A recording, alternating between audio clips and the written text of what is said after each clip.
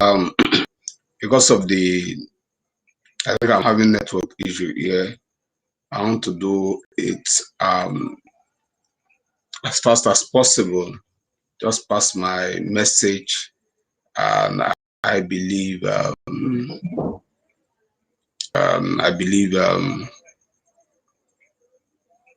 message will be passed in a very short period of time. And I believe that this short period we are spending together is actually going to be impactful. And I'm sure that you're actually going to get something out of this time that you are giving out. Just give me 1 minute to share this video. I'm sure there are a lot of our people who hear this. So permit me to take some to share. All right. So okay. And today we're looking at in the course of the week I was actually meditating. I came to the conclusion that you know, Maxwell says something about leadership. He says everything's right on leadership, which I quite agree with. You understand? And there's an adage in Yoruba land that's the way you can predict, you can know, you can predict what a town or a city organization will look like once you see the leader. That is to say, the leader of any organization is actually the face of the organization. So leadership is very, very important in the game of impact. Leadership is something that we can overemphasize. You understand? It's a subject that we cannot overemphasize, and it's something that we really to really get right. Come to realize that this issue that we talked about, stress a lot of awareness about this issue of leadership, a lot of awareness on building. And now I've discovered that, yeah, how do we build leadership capacity? What are the errors that I've noticed in building leadership capacity? The errors that a lot of people are making, and that is one of those things is what we actually want to discover, what we want to discuss today. That's what we want to discuss today. We actually want to discuss leadership and followership. Followership, for me, followership is as important as leadership. You know, you cannot separate them. You can't separate leadership and followership. You cannot. You understand? So as a matter of fact, I have never or a great leader who is not a great, good follower. You know, so on this program, I made this statement: successful people because there are less true followers, and that's true. And I believe there are less successful people today because there are less true followers. We have a lot of mentors today. We have a lot of people who ask, and mentorship is not a new concept. You understand? I believe you must have again and again. You understand? The subject of mentorship, the subject of leadership are things that you have heard, I'm sure, Only God knows how many times. Mentorship, leadership, I've heard about them. Role model, boss, line manager. You have heard all those words.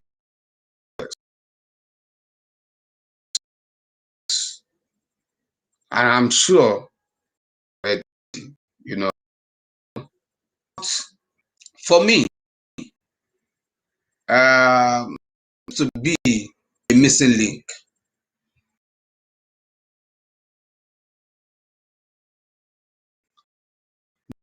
There seems to be something that we are not really giving attention to. Ensure, how do we build great leaders without giving attention to building great followers? You know what? I have every great leader, I said before, every great leader is a great follower. Show me a man who is a leader of a movement, leader of an organization, leader of people who does not have a leader. Every leader has a leader. Yes, every leader has a leader as well as follower. So if every leader has a leader, if every leader has a leader, then every follower. So the subject of followership is what we want to actually take. For example, in the book of Matthew chapter 4 verse, there Jesus said, Matthew 4 verse 19, Jesus said, follow me and I will make you fishers of men. Now, Jesus, here we see Jesus asking people, calling on disciples to do what? To follow him when he was to appoint this. He said, follow me, and what will happen? I will make you fishers of men. Now, in followership, see, if you do not follow, you cannot lead. If you are not following, you cannot lead. If you are not following, you cannot lead. You know, in this place we are looking at, which is Matthew chapter 4 verse 19, Jesus said, follow me, then they you. So Jesus specially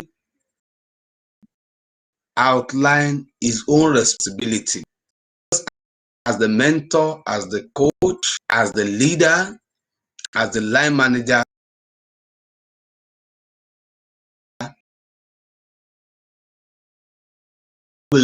From the beginning, he let us know you have an idea of what you will eventually like. What you are, you're partnering, you're following him, what it will produce you. He said, I will make. There are a lot of people following that claim to have mentors or that claim to be mentoring. If you are a mentor and all you are interested in is what your mentees will give you or do to you, then you are not a mentor. Yeah, you are not a leader. Look at Jesus here. It's like the focus, most of the work rests on him. So most of the work rests on me. All you just need is just follow me. Leave the rest to me. I, Jesus, will make you. By the time you are done, by the time I am done with you, you just follow. As you follow, by the time I am done with you, this is what your following me will produce, will bring out of you. This will be the end result of you following. Now, the question I want to ask you is, the people that are following you, their leader, what is the end result? What is the picture? He said, follow me, I will make you features of me. And this statement, this is not something hidden. It's like, okay, come, let's have this discussion. I want you to follow me. By the time you follow me, I will make you. This is what I will bring out of you. I'll make you fishers of men. They both have agreement. So those that are following are not in the dark. The person that they are following too, both the leader and the follower are not in the dark. It's like a contract. You understand? Leadership and followership is like a contract. So I should not be following you of where my following you will end. What following you will produce out of my life. You know, Jesus said, follow me, I will make you fishers, men.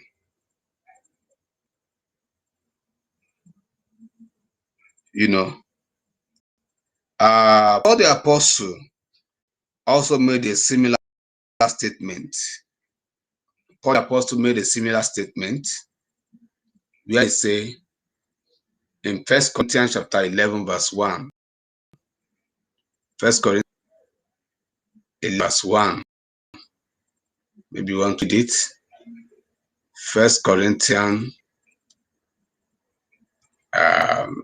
1 Corinthians chapter 11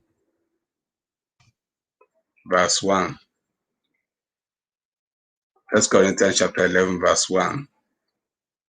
There Paul says, it says,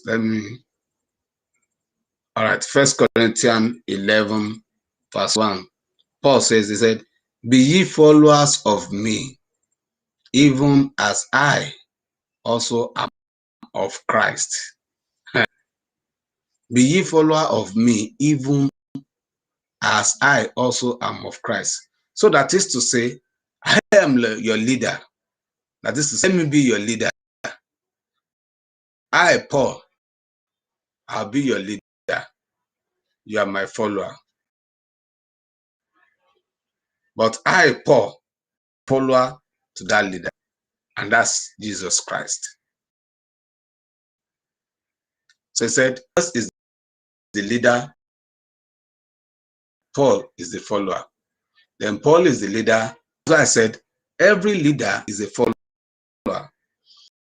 Any leader not have somebody following is a dangerous leader to follow. Yeah. It's a dangerous leader to follow. Paul says, follow me. Follow me. And follow me as I am following Christ. You understand? So that shows with that you have in mind the end result of what you're following. You have a rough idea. So it's not just following blindly. It's not following, it's not following somebody. Don't follow somebody who is not a follower to anybody.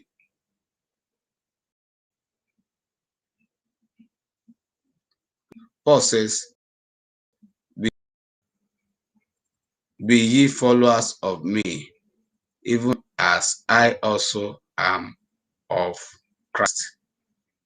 Now, Having said that,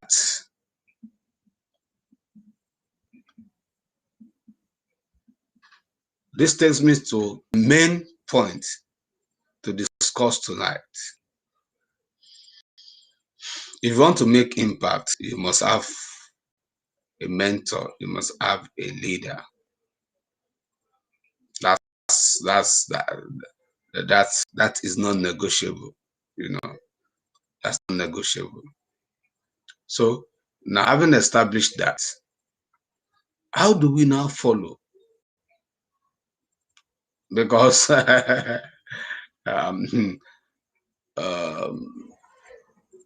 somebody was just making I saw a post online sometimes ago. I think somebody was just making a kind of comment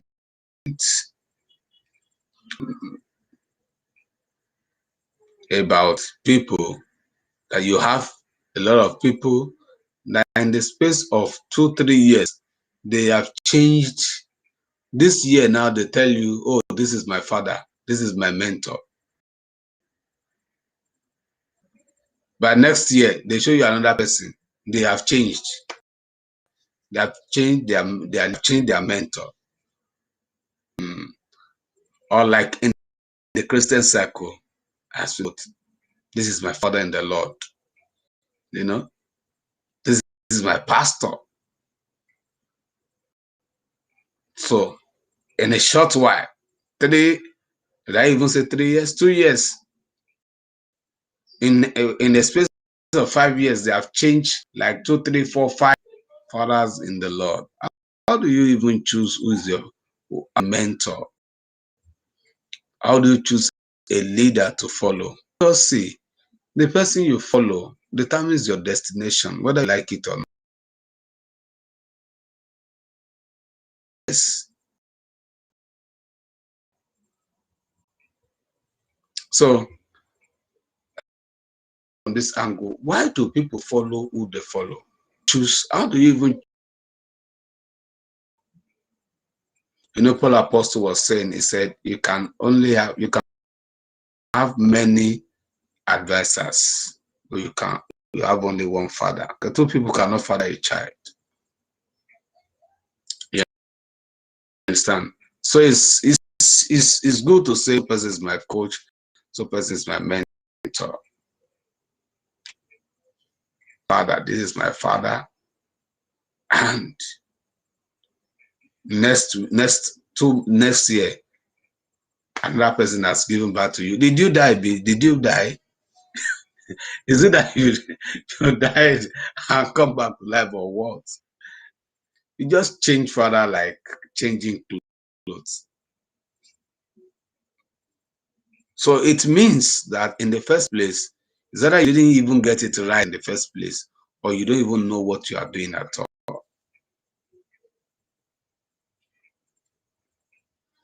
A father is not clothes that you change anyhow.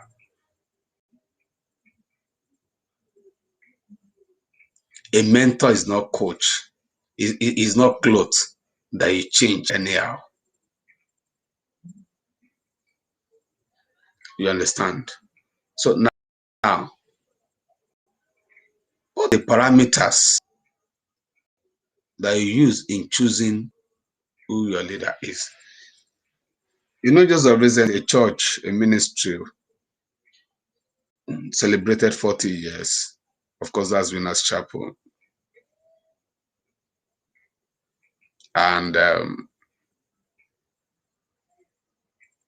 has to do with what I said the other time. And then the same person that inaugurated the ministry, 40 years, the man has not changed his father. 40 years. 40 years, he has not changed his father. But here we have people. So why? What makes it? Because when you look at the sources of the ministry, you look at the sources of the ministry, you look at how God has helped them and what have you. So it's easy to say anything. I'm now a father, This is even somebody who has fathered a lot of people who had fathered a lot of, you understand, is already an institution on its own. I think we should learn from the younger generation, should learn from these fathers. The younger generation, this father. What makes it? Why? Because in the first place, God led him. God led him. Don't choose somebody as your mother, as your father, or because of fame. Be sure that one, be sure that God is there. Because in the first place, your biological father, you are not the one that determined who will be your biological father. You know. So now let's get God involved. God cannot lead you wrongly. But when when your vision is probably what you will gain, or a lot of people choose another, jump from one father and jump to another father, all because probably a father disciplining you. No, that's not the reason why you should live. In fact, who is that? The Bible even tells us that who is that father that will chastise his son or daughter, you know. So it's important for us to, I want to admonish the youth. I want to admonish my generation. The issue of fatherhood, the issue of mentorship is not something that we just do. It's not something that we should just jump into. It's not something we jump into with our head calculation. You know, one, let's be involved. Two, get your vision right in the first place. Because if God is going to lead you into to anybody, with somebody who is going to actually help in the area of purpose fulfillment. So admonish us. The issue of mentorship, fatherhood is something we should jump in our best. It's not good. It doesn't. It's not good. It doesn't show you as somebody that is good, that is far. If you keep changing father as if you're changing clothes. No, it doesn't. It's not good for you. It's not good for your purpose. It's not good for your destiny. You understand? Let's be patient. Let's not be too let's not something we just rush.